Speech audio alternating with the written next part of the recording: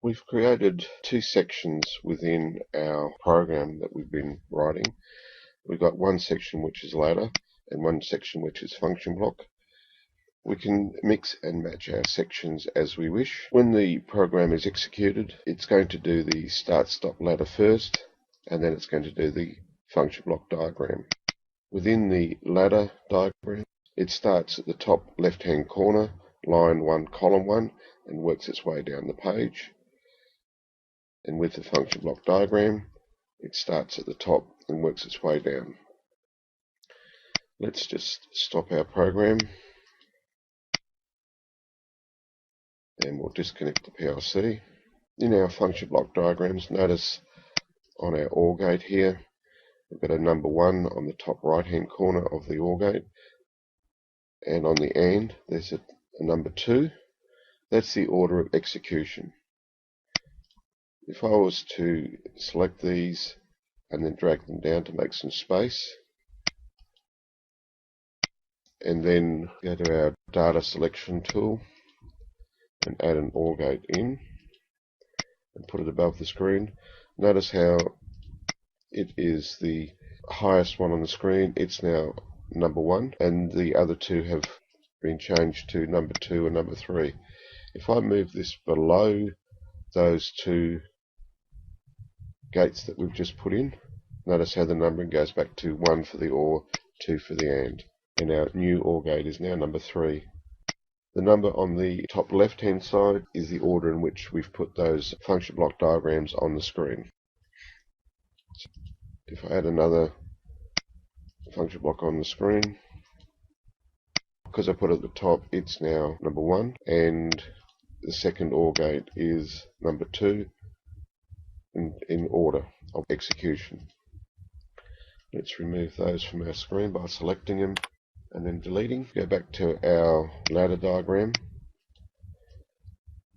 It's good practice to label our programs, and there's a tool on the toolbar called comment.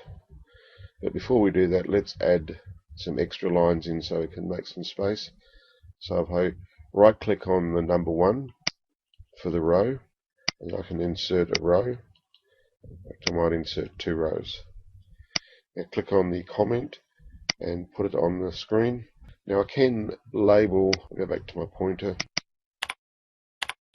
I might label them in such a way that I'm labeling each column. If I need to go back to my pointer, otherwise I'll put another one of those on the screen. I can general comment to label a section, so I might label this one pump.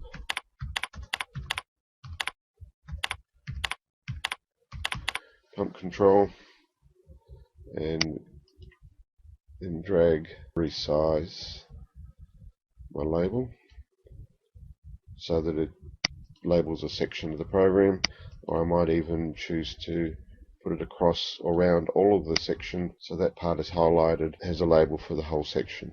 We can do exactly the same in function block diagram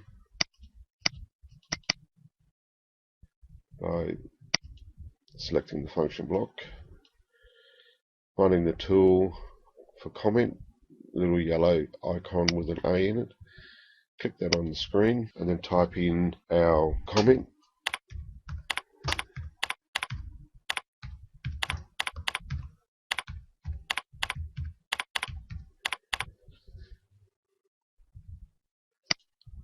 And then I can now drag that where I want, and it will sit behind our program, but we can make it into a label.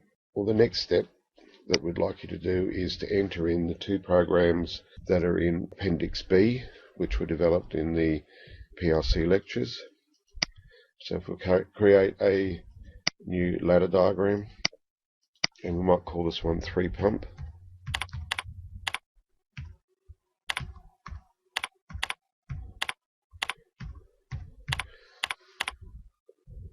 Click OK. Now when you look at the program, you'll see that there are a few lines which are very similar to each other. And we can use copy and paste functions within our program. So let's create our 3 contacts, and we'll label the first one as R1, label the second one pump pump Y, CT, and label the third one pump Z.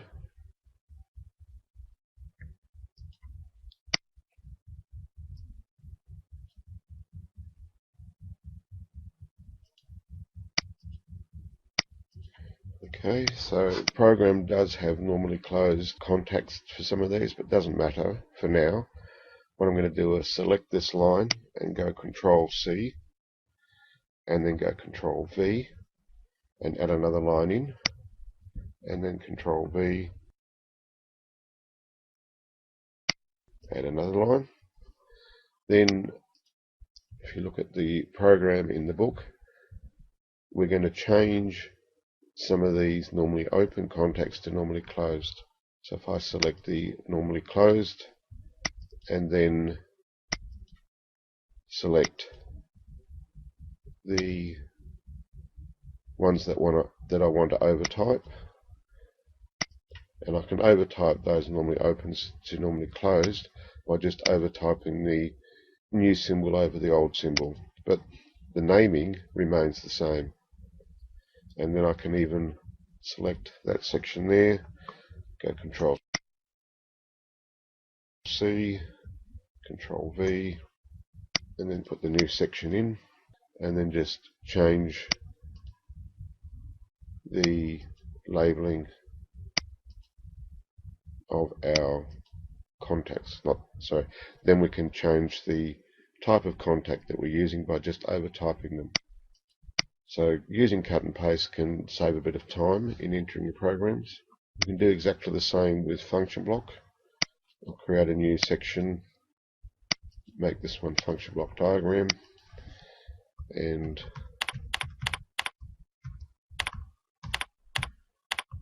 we'll label it 3 pump FBD.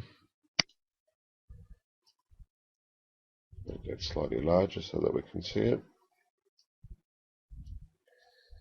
We can select our function block and we need an AND gate. Click OK, put that on the screen. Now you'll notice that the AND gates need 3 inputs. I can create more inputs by clicking on the little black square at the bottom of the box and dragging down, and I can add in more inputs. If I need more, I can just drag it down and add as many as I want. We'll just leave it at 3. I'm going to label the first input, and that's going to be R1F. I'm going to label the second input as pump YCTF. Label the third input as pump ZCTF. Now I can select that function block and go Control C and then Control V and put another couple of function blocks on the screen. Now to change from normally open to normally closed with function blocks, we use the toggle pin negation. It's this tool here, and I just select the input that I want to change to a normally closed. We can then go down and do each one as we require.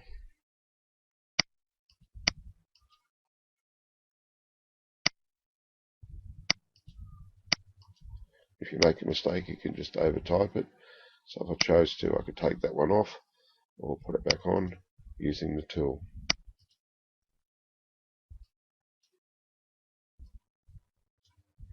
So that saves a bit of time in entering our programs. Also, you will notice on the function block diagram you have the ability to label an output with a variable. So say our R1F, and then we can then use the link tool to drag a line across. The other thing we can do is we can change the function block without having to delete everything off. If I right click the AND,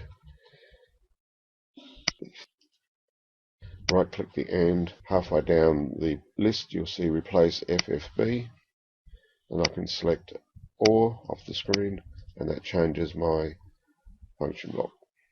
And we can also move them around the screen to make them look better on the screen. Okay, just wanted to show you a few more things. Let's just delete these for now.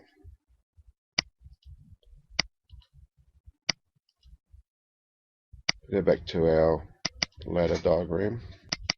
Sometimes you'll find that when you're putting programs in, you might inadvertently click on the screen and put a symbol on the screen. Notice how that it's actually blue. If you hover over it, it actually tells you what the error is. But sometimes you don't find it, it's off the screen. So what we can actually do is we go through the build all project, and that error that I've got on the screen has shown up in the output window as 3 errors. And to find out where the error is, I can go up to use the cursor up control, and it's going to show me that the error is in the start stop ladder diagram. It's line 7 column 3. So I find line 7 column 3, and that shows me where the error is. And it says that the object must be connected to a predecessor. What that means is that we need to have our object connected to the left hand side. Even though it's still blue, I'm going to build it again. And notice now there's only 2 errors, and it says the object must have a successor when it's connected to the right rail. If I put a line across and now build it, still have 2 errors, but this time it's telling us we need to have a coil or some object on the right hand side. So every line needs an output. So I'm going to put a coil on here, and I'm not going to label it for now, and build it again.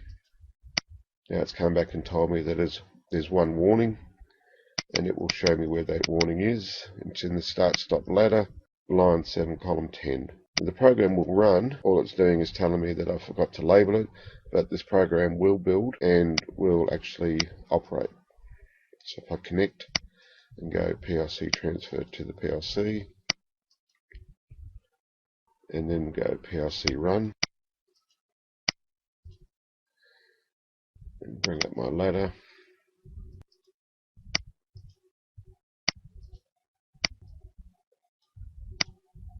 so my program is still working even though I've got a contact in there without a label on it.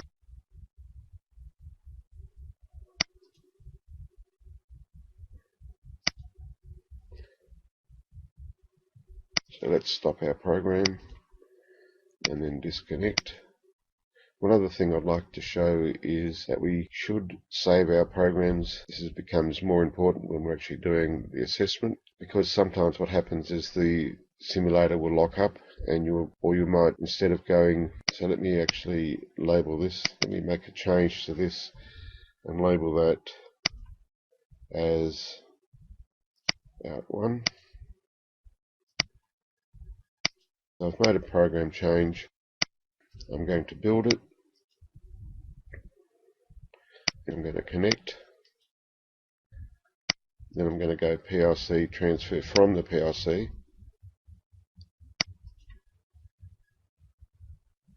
And what's going to happen is I'm going to download the program from the simulator back onto my screen, but I'm going to lose that modification I've just made,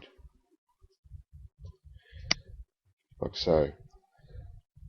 So unfortunately I didn't save my program, so therefore I can't get that back. All I can do is now retype it in. So to save your projects, what you need to do is go File, Save As, we'll give it a unique name.